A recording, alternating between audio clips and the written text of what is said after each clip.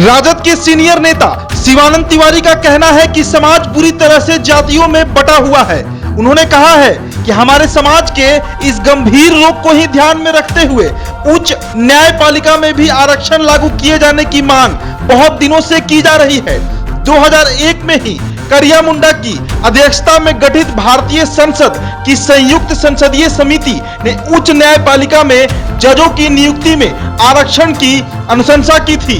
राष्ट्रीय जनता दल के राष्ट्रीय उपाध्यक्ष ने कहा है कि बीजेपी अगर सच में जाति व्यवस्था को देश के लिए अभिशाप मानती है तो बीजेपी के नेता बताएं कि क्या वे उच्च न्यायपालिका में सामाजिक असंतुलन को दूर करने के लिए करिया मुंडा समिति की अनुशंसा के अनुसार उच्च न्यायपालिका में भी आरक्षण का समर्थन करते हैं या नहीं करते हैं। अब देखिए, पटना हाई कोर्ट के द्वारा बिहार में हो रहे जातीय जनगणना पर रोक लगा दी गई है। 7 जनवरी 2023 से बिहार में शुरू हुए जातीय जनगणना पर पटना हाई कोर्ट ने फिलहाल तत्काल प्रभाव से अंतरिम रोक लगा दी है और इसके बाद से बिहार में बवाल खड़ा हो गया है। पटना हाई कोर्ट ने राज्य सरकार को यह निर्देश दिया है कि अब तक के सर्वेक्षण में जो डाटा इकट्ठा किया गया है उसे सुरक्षित रखे और अंतिम आदेश पारित होने तक इसे किसी भी तरह सार्वजनिक या साझा ना करे।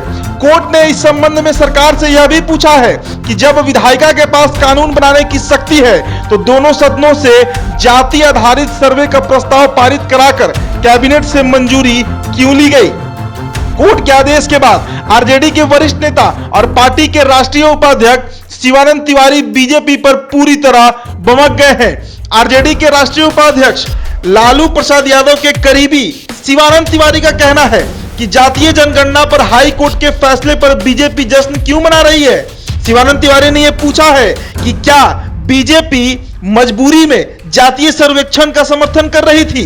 उन्होंने यह भी कहा कि बीजेपी ने मन से कभी भी पिछड़ों के आरक्षण का समर्थन नहीं किया। शिवानंद तिवारी ने बताया कि वीपी सिंह सरकार की ओर से मंडल आयोग की अनुशंसा के आधार पर केंद्रीय सरकार की नौकरियों में आरक्षण के प्रावधान के विरोध में आडवाणी जी ने राम रथ निकाला था। शिवानंद तिवारी ने यह भी कहा कि जातीय गणना के खिलाफ सुप्रीम कोर्ट और उसके बाद हाई कोर्ट में विरोध करने वाले यूथ फॉर इक्वालिटी पिछड़ों के आरक्षण का विरोध करने वाले युवाओं का संगठन है। आर्थिक आधार पर 10% आरक्षण के विरोध में भी इसी संगठन ने सुप्रीम कोर्ट में याचिका दाखिल किया था।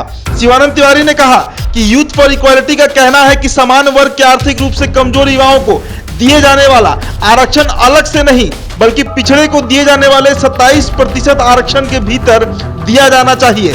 पटना हाई कोर्ट ने आरक्षण विरोधी इसी युवा संगठन की मांग को मंजूर करते हुए बिहार सरकार के दूसरे चरण की जातीय गणना पर फिलहाल रोक लगा दी है। तो शिवानंद तिवारी ने बीजेपी से यह सवाल किया है कि आज जो बीजेपी जातीय जनगणना के रुकने पर खुशी मना रही है, क्या उच्च न्यायपालिका में जो कुछ जातियों का वर्चस्व है उसे तोड़ने के लिए वहां पर जो रिजर्वेशन की बात चल रही है जो 2001 में करिया मुंडा की रिपोर्ट में सामने आई थी, क्या बीजेपी उसका समर्थन करती है।